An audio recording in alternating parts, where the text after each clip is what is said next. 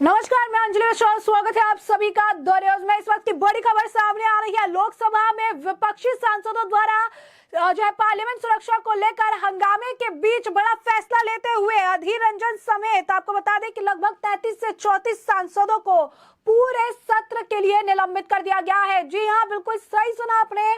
पूरे सत्र के लिए अधीर रंजन समेत 33 से 34 सांसदों को जो है पूरी तरीके से निलंबित कर दिया गया है। इससे पहले भी एक आंकड़ा सामने आया था जहां पर 14 से 15 सांसदों को निलंबित किया गया था और अब यह आंकड़ा 46 से 47 तक पहुंच चुका है जहां पर सांसदों को निलंबित किया जा रहा है। आपको बता दें कि लोकसभा में 47 सांसदों पर एक्शन की बात समझ में आ रही है। यहाँ पर सुरक्षा में सेध मामले को लेकर हंगामा कर रहे थे क्योंकि हाल ही में पार्लियामेंट में आपने देखा कि किस तरीके से दो लोगों की एंट्री होती है जहां पर वो पीले कलर का धुआं पूरे संसद के अंदर फैला देते हैं। बाद में ये बात भी सामने आती है कि जो आरोपी है वो वहां पर आत्मदाह करने की प्लानिंग के साथ गए थे। जी हाँ, बिल्कुल सही सुना आपने। यह खुलासा भी होता है कि उनका प्लान बहुत डेंजरस था, वो आत्मदाह भी करना चाह रहे थे। और पहले भी इस मामले को लेकर स्पीकर ने कहा था कि ये सुरक्षा सेध का जो मामला है ये राजनीति करने का मामला नहीं है, बहुत सेंसिटिव इशू है और विपक्ष को इसे समझना चाहिए। लेकिन विपक्ष लगातार इस मामले को लेकर एक राउडी अगर आप कहेंगे कि उन्होंने आचरण बना रखा था, जिसके बाद ये कड़ा एक्शन लिया गया है। और ड्रेक ओब्रायन से शुरू हुए इस सांसदों के निलंबन को देखते हुए अब अगर आप देखेंगे बैक टू बैक ये आंकड़ा काफी ज्यादा पहुंच चुका है। और आज अभी की अगर हम आपको अपडेट दें तो अधीर रंजन समेत 33 से 34 सांसदों को पूरे सत्र के लिए निलंबित कर दिया गया है।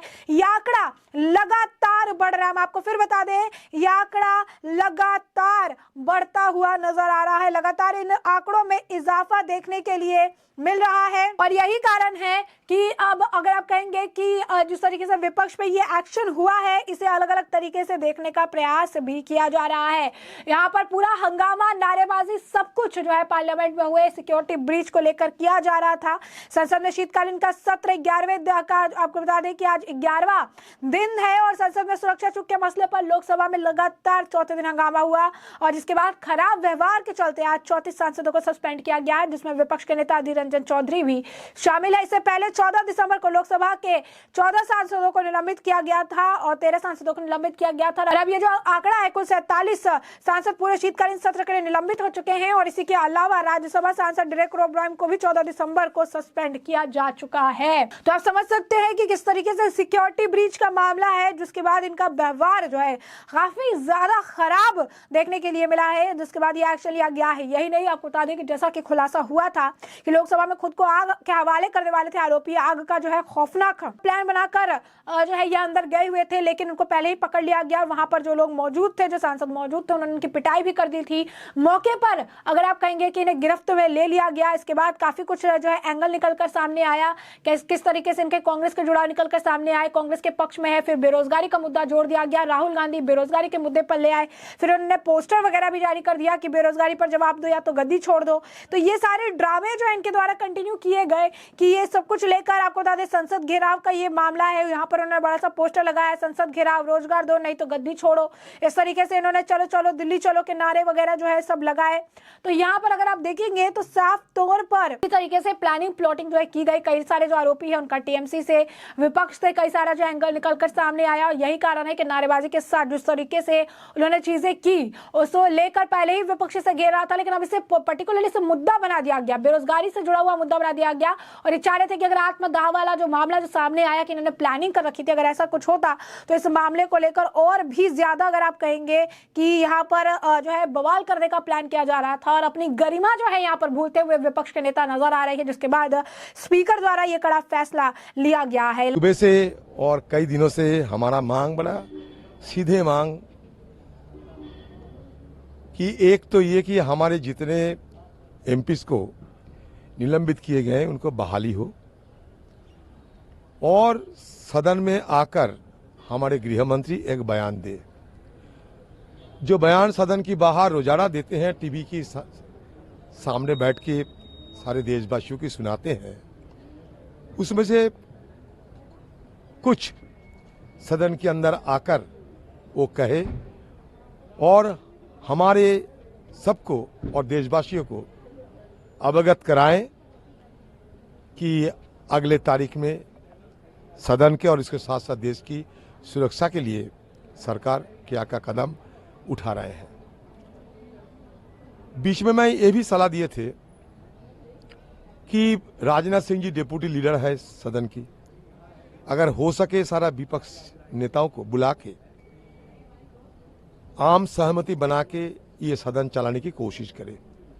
सदन चलाना सरकार की फर्ज बनते हैं और सदन चलाते समय लोकतंत्र के मुताबिक विपक्ष को साथ में रखना जरूरी होते हैं।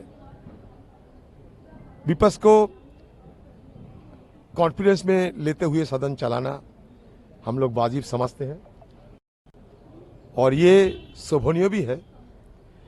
लेकिन आज की सरकार तानाशाही की चरम शिखर पर पहुंच गए हैं।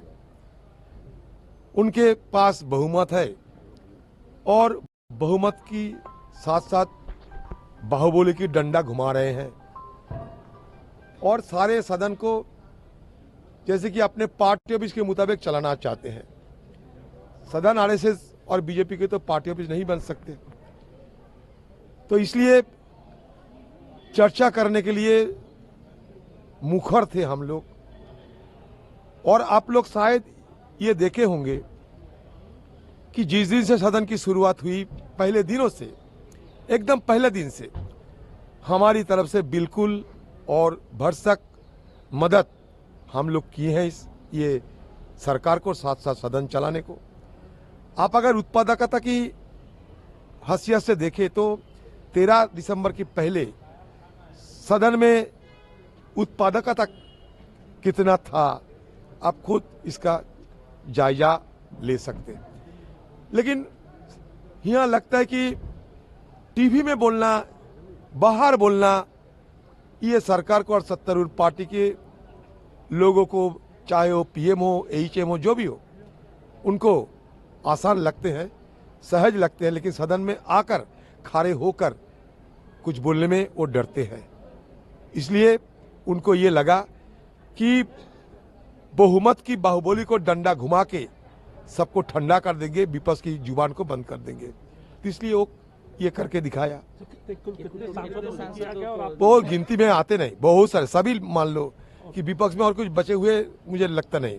कम से कम सारे लीडर जो हैं, सबको, सारे जो लीडर है, मैं भी सारे लीडरों जो हैं विपक्ष की पार्टी की, सबको सस्पेंड कर दिए हैं। सर, प्रिविलेज कमेटी को भी वो तीनों के लिए जो मतलब वो पीठासीन के नजदीक चले गए, तो तीनों के लिए, हम सब के लिए नहीं, तीनों के लिए। लगातार जिस तरीके से इनकी आचरण में, अगर आप कहेंगे कि चीजें देखने के लिए मिली, लगातार जिस तरीके से इनका आचरण देखने के लिए मिला, उससे ये बात स्पष्ट हो गई है कि कैसे जो है इनके द्वारा लगातार मिसबिहेव किया जा रहा है। खराब आचरण, खराब व्यवहार जो इनके द्वारा दिया जा रहा है। बार बार स्पीकर के मनाही के बावजूद, बार बार स्पीकर के कहने के बावजूद ये पीछे हटने को तैयार नहीं है, जिसके बाद स्पीकर द्वारा ये बड़ा फैसला लिया गया। आपको बता दें कि प्रहलाद जोशी द्वारा कई सारे सांसदों को निलंबित करने का जो प्रस्ताव है वो रखा गया था, जिसके बाद अब देखेंगे तो स्पीकर, अभी जो अपडेट आ रही है, कहा जा रहा है 33 से 34 सांसदों को आज के आज जो है सस्पेंड कर दिया गया है, वो भी पूरे शीतकालीन सत्र के लिए। फिर हम आपको बता दें कि संसद से जुड़ा ये मामला है, क्योंकि यहाँ पर हंगामा इनके द्वारा किया गया था, सारी चीजें जो है इनके द्वारा की गई थी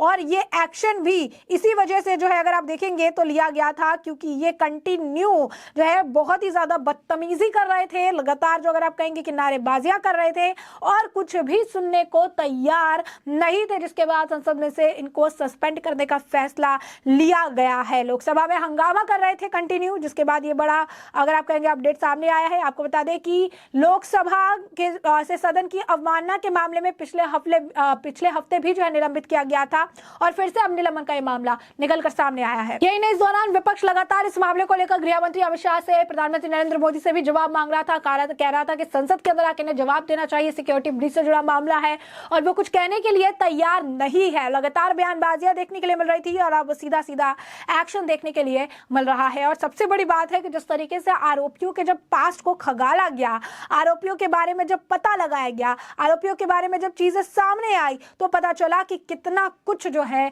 इनके बारे में जानकारी जुटानी थी, कितना कुछ जो है इनके बारे में चीजें सामने आनी थी। और यहाँ पर तृणमूल कांग्रेस का एंगल, किसान अगर आप कहेंगे आंदोलन का एंगल, यहाँ पर अगर आप कहेंगे कि कांग्रेस कनेक्शन, बेरोजगारी कनेक्शन, सब कुछ जो है निकलकर सामने आया और कुछ सारे मामले जो है साफ तौर पर साफ हो गए कि क्यों उस दिन को ही चुना गया था स्पेसिफिक तौर पर और क्यों संसद ब्रीच के मामले को आज बढ़ा चढ़ा के किया जा रहा है, क्योंकि विपक्ष के पास आज के डेट में कोई मुद्दा ही बचा नहीं है। और अब ये इस मुद्दे को जितनी लंबे हो सके आप कह सकते हैं कि खींचने का अपने तरफ से पूरा प्रयास करते हुए नजर आ रहे थे और इतना हंगामा इनके द्वारा किया जा रहा था, बार बार स्पीकर समझा रहा था। आपको बता दें कि स्पीकर द्वारा यह भी कहा गया कि ये बहुत ही ज्यादा सेंसिटिव मामला है, इस मामले को लेकर राजनीति कतई नहीं होनी चाहिए, इस मामले को लेकर आप राजनीति मत करिए। लेकिन इसके बावजूद ये सुनने को तैयार नहीं हुए, इसके बावजूद जो है इन्होंने, अगर आप कहेंगे कि जो अपनी बातें हैं इसे आप गलत तरीके से पेश किया और इसे जो है तोड़ मरोड़ के जो है पेश किया,